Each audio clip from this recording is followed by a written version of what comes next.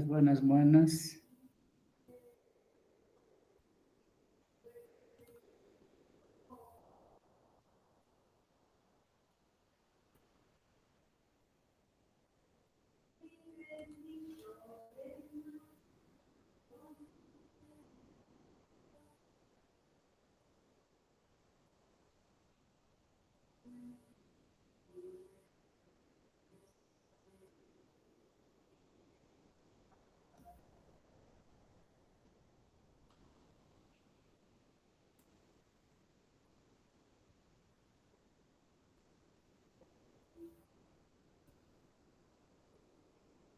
¿Estamos viendo la presentación? Sí. Hello. ¿Estamos viendo la presentación? Sí, doctor. Sí, doctor. Ya, para recordar un poco lo que hemos hablado el día de ayer, aquí tiene un esquema más o menos complejo, pero es cuestión de sentarse y con paciencia e ir viendo las conexiones de ida y de vuelta en todo lo que significa esta fantástica integración del metabolismo. Un poco más sencillo ha sido lo que les he mostrado ayer, a partir de, centrándonos fundamentalmente en los hidratos de carbono, donde estos hidratos de carbono, a partir de los monosacáridos como la glucosa o la fructosa, que entran al proceso de la glucólisis en el citosol y a través de varios pasos, entonces, producen los elementos energéticos que conocemos como el ATP y el NADH, que van a permitir el ATP, procesos anabólicos, y el NADH, la producción de energía en la cadena de transporte de electrones.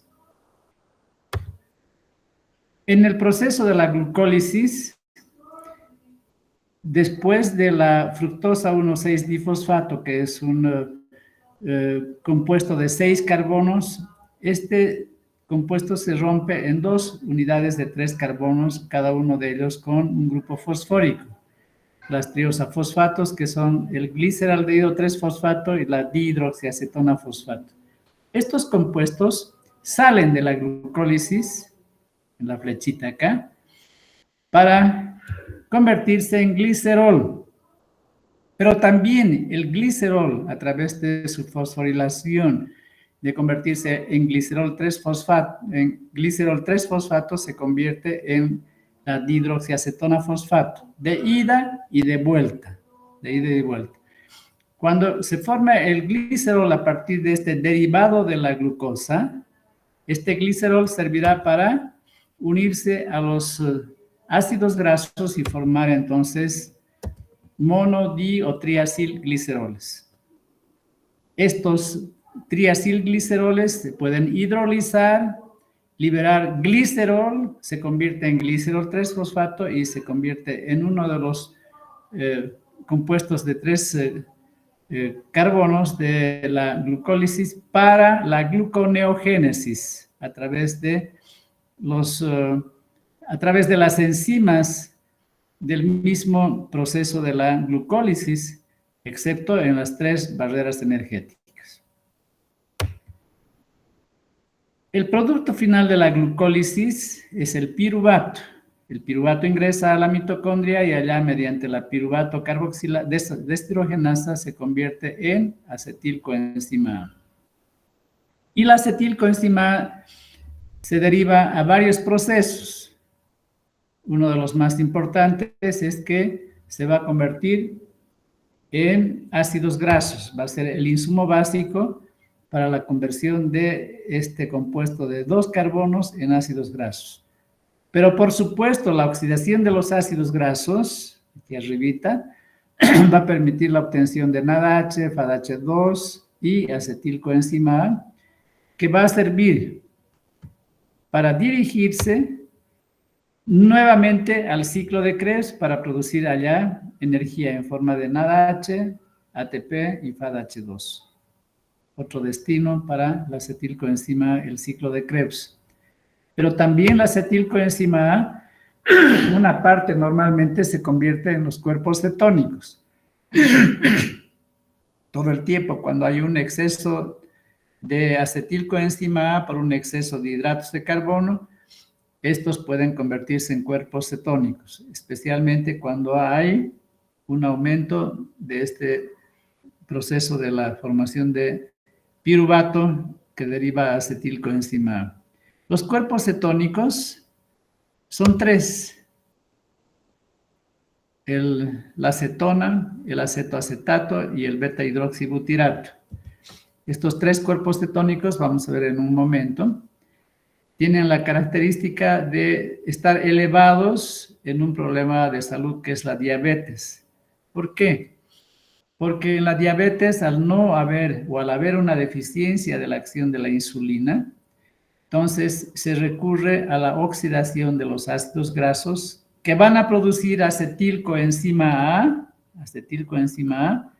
y estos van a cumplir función entrando al ciclo de Krebs para suplementar la ausencia de glucosa, pero una parte se va a convertir en los cuerpos cetónicos. Vamos a ver a los cuerpos cetónicos en un momento nuevamente. También la acetilcoenzima A es la fuente primaria o es el insumo primario para la síntesis de colesterol. Por eso un exceso de hidratos de carbono, un exceso de acetilcoenzima A, un exceso de grasas, obesidad, tiene que ver con un aumento de la síntesis de colesterol y con los problemas derivados de la hipercolesterolemia relacionados a la aterosclerosis o a la formación de cálculos biliares.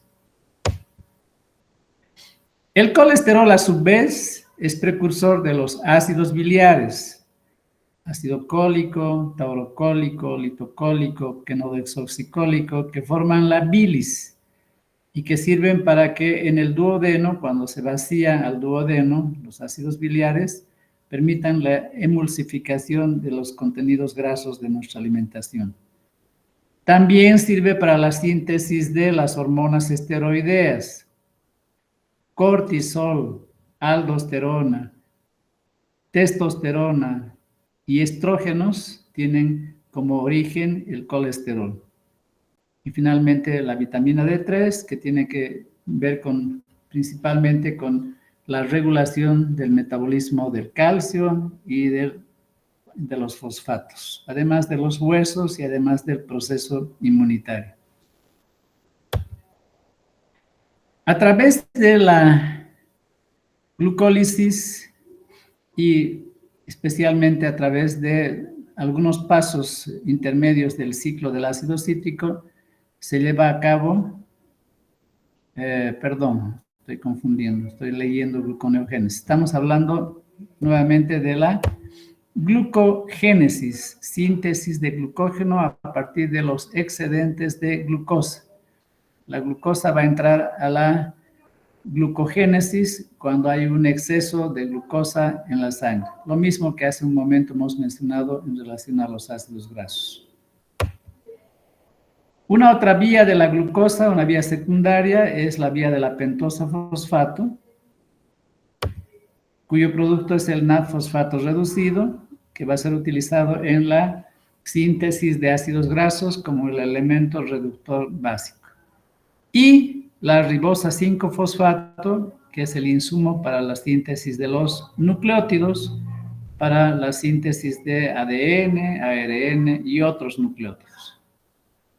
Finalmente, la gluconeogénesis es un proceso que utiliza el reverso de la glucólisis, a partir de tres sustancias que son aminoácidos gluconeogénicos, lactato y glicerol. Utiliza las enzimas de la glucólisis, excepto en las tres barreras. Hay tres barreras: del piruvato al fosfonolpiruvato, de la fructosa 1,6-difosfato a la fructosa 6-fosfato y de la glucosa 6-fosfato a glucosa. Entonces, este proceso tiene como auxilio al ciclo del ácido cítrico, que es a través de este que se da un rodeo para poder remontar la primera barrera energética.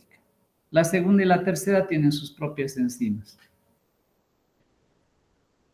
Aquí lo que quiero decirles es de que el que no tiene un conocimiento más o menos cabal de todo lo que he hablado estará en la luna. Pero como tienen que estudiar, porque esto entra al examen, lo que tienen que hacer es reflexionar mirando el gráfico para poder ubicarse mejor en la complejidad maravillosa de la integración del metabolismo. Aquí tienen otro gráfico un poco más sencillo, ayuda también. Tenemos aquí arriba los triglicéridos, que cuando se hidrolizan mediante las lipasas, liberan ácidos grasos y estos van a, en la beta oxidación, van a producir acetilcoenzima A, NADH, FADH2. Y la acetilcoenzima A entra al ciclo de Krebs para producir energía. Al revés, la acetilcoenzima A, otra vuelta, es el insumo básico para la síntesis de ácidos grasos y luego los triacilglicerols. La acetilcoenzima A es el insumo básico para la síntesis de colesterol y del colesterol los compuestos esteroideos como las hormonas que hemos mencionado, vitamina D y ácidos biliares. Pero también la acetilcoenzima A produce cuerpos cetónicos, importante en la diabetes, cuando estos cuerpos cetónicos, como el acetoacetato, beta-hidroxibutirato y acetona, aumentan en gran proporción y producen cetoacidosis diabética. Adicionalmente, repetirles a ustedes que los cuerpos cetónicos son una segunda fuente de energía para el cerebro, para el sistema nervioso central. Siempre yo les indico a mis alumnos de que la glucosa es el único alimento del cerebro, por eso la hipoglicemia es grave, entran en hipoglicemia, en coma y se mueren. Y recién les digo, cuando llega el momento de que hay también una alternativa que es que el acetoacetato y el beta-hidroxibutirato atraviesan la barrera hematoencefálica y allá se reconvierten en acetilcoenzima A. Y entran al ciclo de Krebs y producen energía y de esa manera pueden ahorrar, puede el sistema nervioso central ahorrar energía cuando hay problemas en la dotación de glucosa.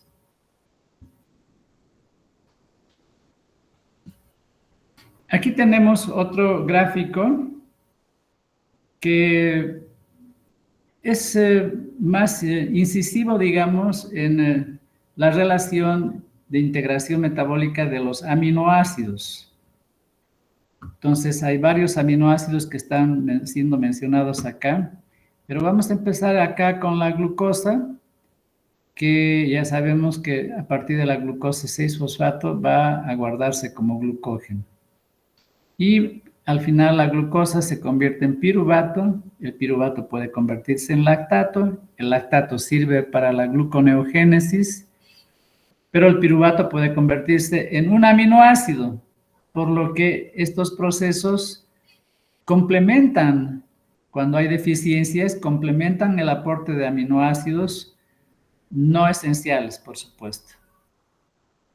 Vemos qué otras cosas puede hacer el piruvato. El piruvato puede convertirse en acetilcoenzima A e ingresar al ciclo de Krebs para producir energía, NADH, FADH2 y ATP. El piruvato puede, cuando falta, convertirse en oxalacetato. Ya que estamos acá, el oxalacetato puede convertirse en un aminoácido que es el aspartato o ácido aspartico. Y el aspartato, ya han visto, compañeros me han indicado que han visto el ciclo de la urea, el aspartato participa del ciclo de la urea. Acá lo que quiero yo llamar la atención es que en el ciclo de la urea se metabolizan los grupos amino de los aminoácidos. Y cuando hay insuficiencia, porque el ciclo de la urea se lleva a cabo en el hígado, pero cuando hay insuficiencia hepática por cirrosis, por ejemplo, hay un exceso de amoníaco o de ion amonio, cualquiera de los dos, y el paciente entra en una fase terminal que se llama encefalopatía por amonio. Es algo que ustedes van a ver casi con seguridad a través de los últimos años de su carrera. ¿Qué más? Voy a mencionar que otros aminoácidos pueden convertirse en intermediarios del ciclo, como el succinato, el fumarato, el aspartato en oxalacetato. Y nos vamos aquí arriba a la derecha. Los triglicéridos se hidrolizan mediante las lipasas y producen glicerol más ácidos grasos. Los ácidos grasos se oxidan y producen acetilcoenzima A, NADH y FADH2.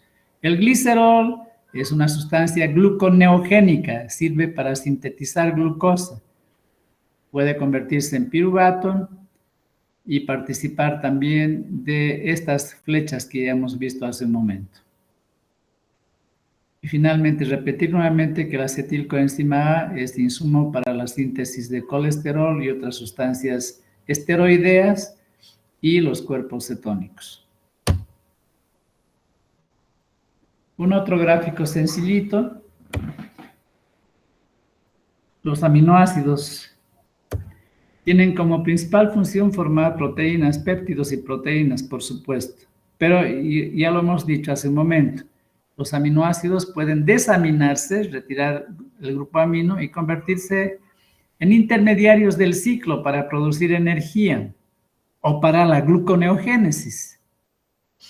Y intermediarios del ciclo de Krebs, como el oxalacetato o el alfa-acetoglutarato u otros, pueden salir del ciclo y reconvertirse en aminoácidos cuando hace falta en la dieta.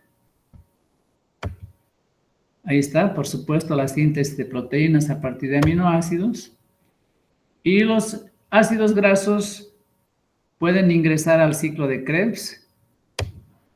Y el ciclo de Krebs ayuda en procesos gluconeogénicos, permitiendo que se remonte principalmente, que se remonte la primera barrera energética entre el piruvato y el fosfonolpiruvato.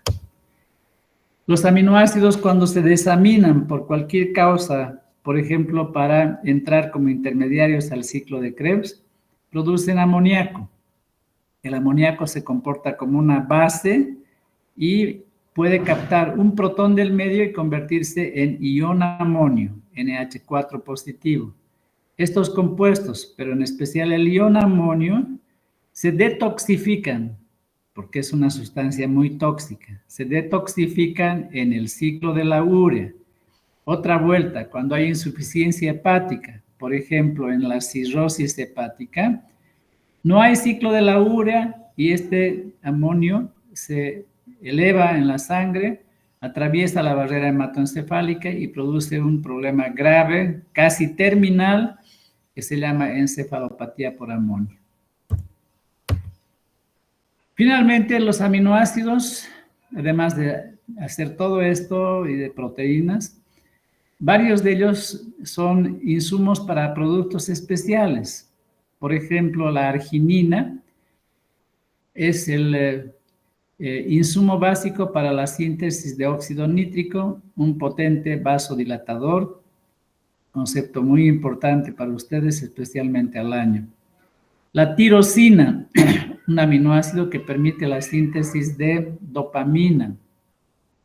Y a partir de la dopamina, la noradrenalina. Y a partir de la noradrenalina, la adrenalina. La glutamina, es el insumo básico para la síntesis del GABA, el ácido gamma-aminobutírico. Pero también GLU es el principal neurotransmisor excitatorio del cerebro. El triptófano da origen a la serotonina o 5-hidroxitriptamina, que es un neurotransmisor y que cumple otras funciones en nuestro organismo. Y finalmente mencionaremos, por decir nada más, la glicina, que es también un neurotransmisor excitatorio o inhibitorio, dependiendo las circunstancias. Por último, tenemos este otro gráfico que nos engloba un poco las vías que podemos empezar aquí a la izquierda, donde están los hidratos de carbono, proteínas y lípidos, que en la dieta, a través del intestino, del estómago y del intestino, van a permitir que la glucosa plasmática, cuyo valor normal es de 70 a 100 miligramos por decilitro, incremente en la glicemia. Si se comen hidratos de carbono, va a incrementarse la glicemia, lo cual ha de ser importante porque la glucosa es el principal alimento del cerebro. Pero cuando hay incremento de la glicemia, seguimos la flecha verde. Esto va a estimular para que el páncreas, a través de las células beta del páncreas, produzca insulina. Y la insulina, dependiendo del lecho, hígado, tejido adiposo o músculo estriado, va a tener diferentes efectos o parecidos en algunos casos. En el músculo va a aumentar la insulina, la captación de glucosa. La insulina es la hormona del almacenamiento, no solamente es la hormona que permite el ingreso de glucosa a las células, es la hormona del almacenamiento, porque hay mucha glucosa, entonces esta puede almacenarse como glucógeno. Y vamos a ver acá como lípidos. Y también tiene que ver con la síntesis de proteínas. En el tejido adiposo, la insulina va también a incrementar la captación de glucosa, pero la lipogénesis, exceso de hidratos de carbono, síntesis de ácidos grasos. La insulina es la hormona del almacenamiento también. Y finalmente en el hígado la insulina va a incrementar la síntesis de glucógeno y la lipogénesis. Las flechitas rojas indican que inhibe la gluconeogénesis. Todo esto acá en esta barra nos desplazamos hacia la izquierda y vamos a ver que cuando la glucosa disminuye, entonces va a haber, cuando la glucosa disminuye, va a haber una estimulación a las células alfa del páncreas, las flechas celestes, que van a producir la hormona glucagón, que va a incrementar en el hígado la glucogenólisis y la gluconeogénesis y la lipólisis. Aquí falta lipólisis. Esos tres procesos incrementa el glucagón cuando hay hipoglicemia moderada. El glucagón es la hormona de la hipoglicemia moderada que secretamos al menos 3 veces al día. Glucogenólisis, gluconeogénesis y lipólisis. Y dirigido hacia el incremento de la glicemia.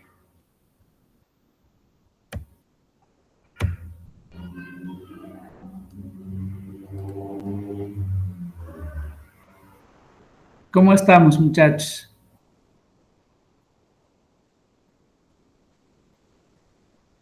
Joel, Jordi, Clara, ¿qué dicen? ¿Cómo les parece todo lo que acabamos de ver? María Belén, Andrea, ¿alguien quiere comentar o están almorzando en este momento?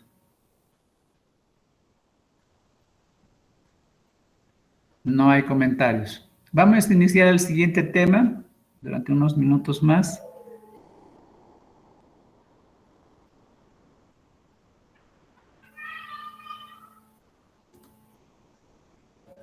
Este tema se refiere al metabolismo de los nucleótidos y los problemas clínicos relacionados de gran importancia como la gota y fármacos relacionados a los nucleótidos.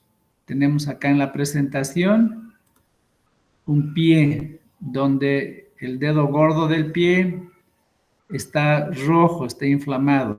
Esta es una de las regiones más comunes, más frecuentes de establecimiento de la gota, lo que no quiere decir que el resto de los dedos, los tobillos, hasta las rodillas, codos y otras articulaciones sufran este problema que es bastante común. Entonces, este tema tiene que ver con el catabolismo de las purinas. Más adelante veremos que las pirimidinas no dan problema. El catabolismo de las purinas va a producir entonces cuando hay un exceso, el problema de gota. A nivel renal, también puede haber otro problema, que es el exceso de ácido úrico, que es el producto final del catabolismo de las purinas. El exceso de ácido úrico puede conducir en riñones a la formación de cálculos de ácido úrico, que no son los más comunes. Los más comunes a nivel renal, aprendan eso, son los cálculos de oxalato de calcio, lo más común. Pero también pueden haber en las personas obesas y en otros que vamos a mencionar después, el desarrollo de cálculos de ácido úrico.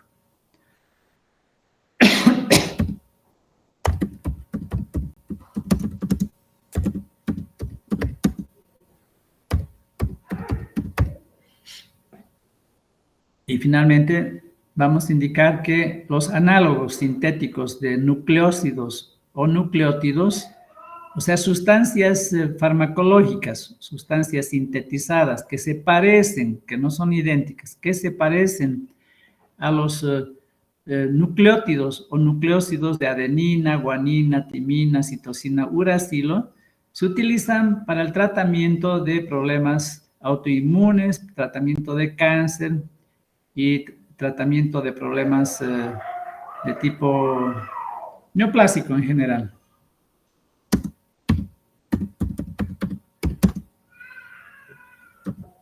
Enfermedades autoinmunes.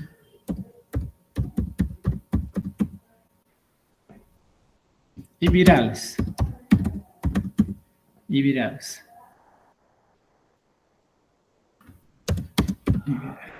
Entonces, esas tres áreas nos muestran la gran importancia de estudiar más o menos bien este problema del metabolismo de los nucleótidos.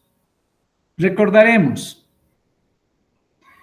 los nucleótidos pertenecen a dos familias. La familia de la purina y la familia de la pirimidina. Aquí tenemos a la derecha una imagen de lo que es una purina. Una purina sin nada más es esta acá. Son dos anillos y en ellos podemos ver la forma como se mencionan la numeración de los carbonos y los nitrógenos. 1, 2, 3, 4, 5, 6, 7, 8, 9. Contra las manecillas del reloj.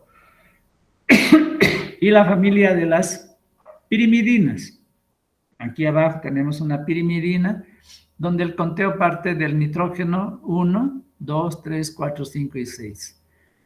Ok, nos vamos a la izquierda y vamos a ver que los derivados biológicos de la purina y de la pirimidina son, para la purina son la adenina y la guanina.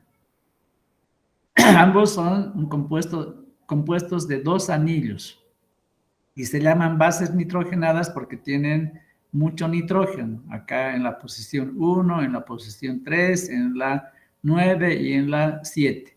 Lo mismo la guanina.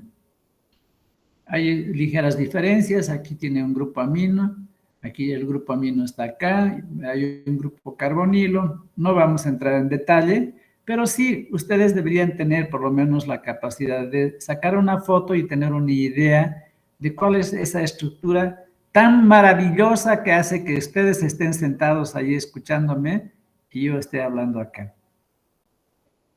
Abajo tenemos las pirimidinas, que son anillos sencillos, la citosina, la timina y el uracilo. Tienen variantes pequeñas, aquí son dos grupos carbonilo, aquí son dos grupos carbonilo y un grupo metilo, aquí un grupo amino. Entonces son las 5 bases nitrogenadas. Ya sabemos que el uracilo está en vez de la timina en el ARN.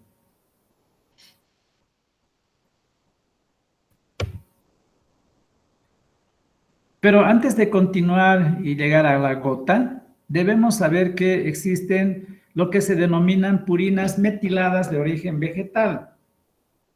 Estas son la cafeína, acá, la paraxantina sería la cafeína, la teobromina del cacao o del chocolate, y la teofilina. En el café, estas son las proporciones. En el café de las mañanas que tomamos, la paraxantina, que es la cafeína en realidad, es una dimetilxantina. Tiene un grupo metilo acá y otro grupo metilo acá. No, perdón, la cafeína es la trimetilxantina y este componente secundario es la paraxantina. Aquí tenemos a la teobromina, cuya variación es que solamente hay 2 grupos metilados, lo mismo que la teofilina. Entonces, los efectos de estos compuestos tan importantes, no solamente en nuestra dieta, sino en la clínica, son los siguientes.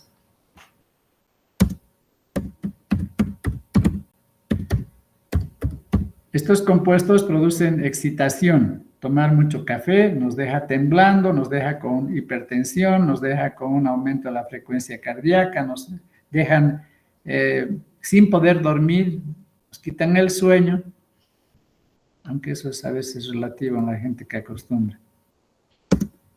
Estimulan la diuresis. Exceso de café, de té, no tanto difícil comer mucho chocolate, producen diuresis. Entonces, el mecanismo de acción para el problema excitatorio, antes de pasar al tercer punto, es que la cafeína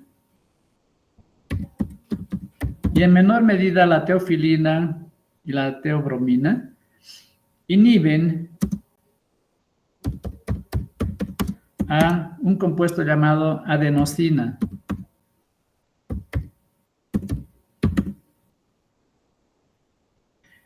Adenosina. La adenosina, que es un nucleósido de adenina, inhibe a las neuronas en general.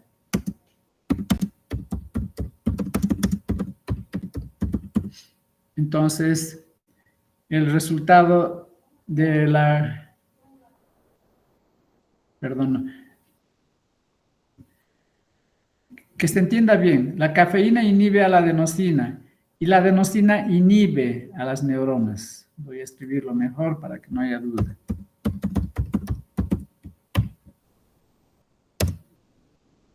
Entonces, ahora está más claro.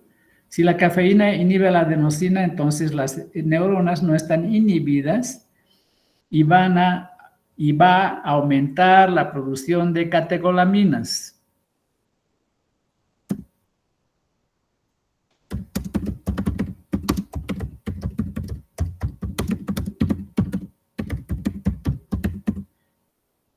Es decir, dopamina, noradrenalina y adrenalina. Por lo tanto, podemos entender cuál es la causa de que la persona que toma café o mucho café tiene un proceso de excitación que se manifiesta como taquicardia, aumento de la presión arterial, ansiedad e insomnio. Además del uso alimentario cotidiano para mucha gente, el café se puede utilizar para el tratamiento de la migraña, porque produce vasoconstricción. La migraña es un problema en el cual hay contracción pulsátil de ciertas arterias del cerebro, lo que duele mucho. Entonces, la vasoconstricción ayuda a la disminución del dolor, a la disminución de la migraña.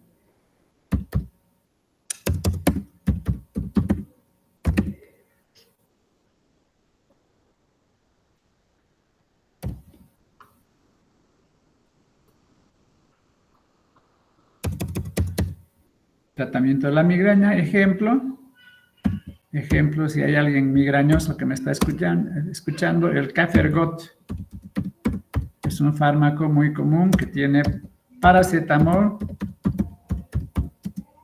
más cafeína.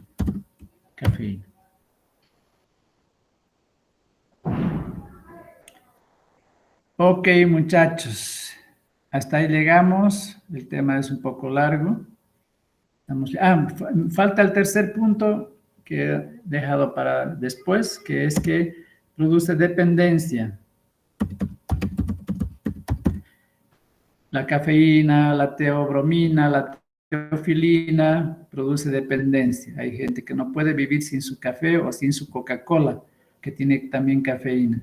Entonces, a veces es problemático, a veces no. Lo interesante es saber que la teobromina que está presente en el cacao, o sea, en el chocolate, pues debe ser una de las sustancias más adictivas del universo, porque quien empieza a comer chocolate de una caja de chocolate no para hasta finalizar con la caja. Ok, muy bien.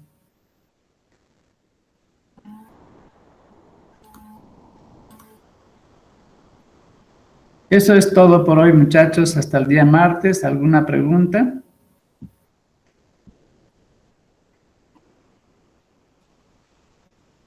No hay preguntas. Jordi, Clara, Ligia, vayan a seguir haciendo la siesta. Nos vemos la siguiente semana. Chao.